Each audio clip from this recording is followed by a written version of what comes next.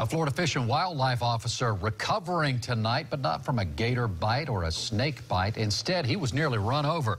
And when he tried to chase the driver down, things really turned ugly. The guy rammed the officer's truck. Paul Mueller joining us live in North St. Petersburg tonight, where this began. And do you know what led up to all this, Paul?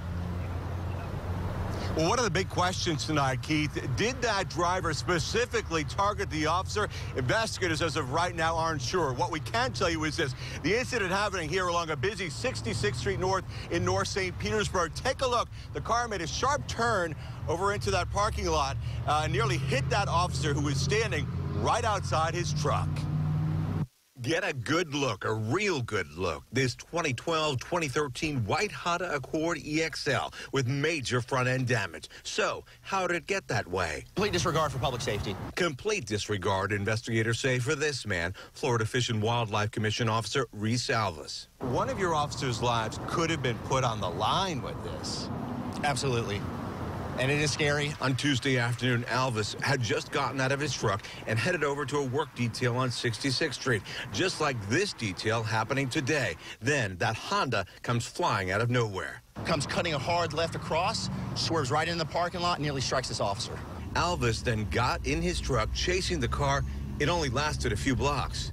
Now, here's where the chase came to an end, not even half a mile from where it all started. The suspect turned down this road. Trouble for him, it's a dead end. So the officer tries to block him in. Trouble is, the bad guy didn't care. He rammed right into the officer's truck, then took off.